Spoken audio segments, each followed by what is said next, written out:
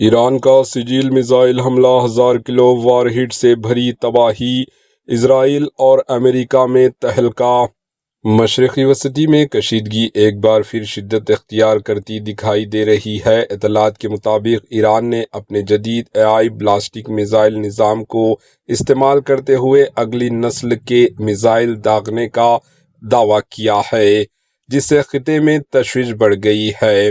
طاقتور سجیل ballistic missile کے استعمال کی اطلاع۔ میزائل میں تقریباً 1000 کلو گرام تک دھماکے خیز وارہیٹ کی صلاحیت ہوتی ہے۔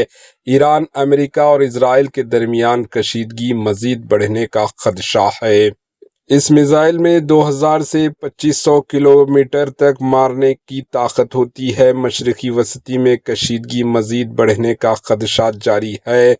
تازہ اطلاعات کے مطابق ایران نے اپنے جدید AI بالسٹک میزائل سسٹم کے تحت اگلی نسل کے سجیل بالسٹک میزائل کے استعمال کا اعلان کیا ہے۔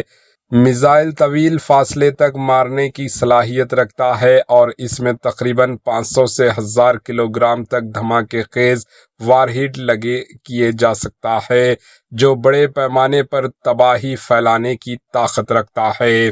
دفاعی ڈیفنس ماہرین کے مطابق سجیل میزائل 2 مرحلوں میں مشتمل سالٹ فیول بالسٹک میزائل ہے، جس کی رینج تقریباً 2000 سے 2500 کلومیٹر تک تباہی جاتی ہے اور یہ انتہائی تیز رفتار کے ساتھ ہدف کو نشانہ بنا سکتا ہے۔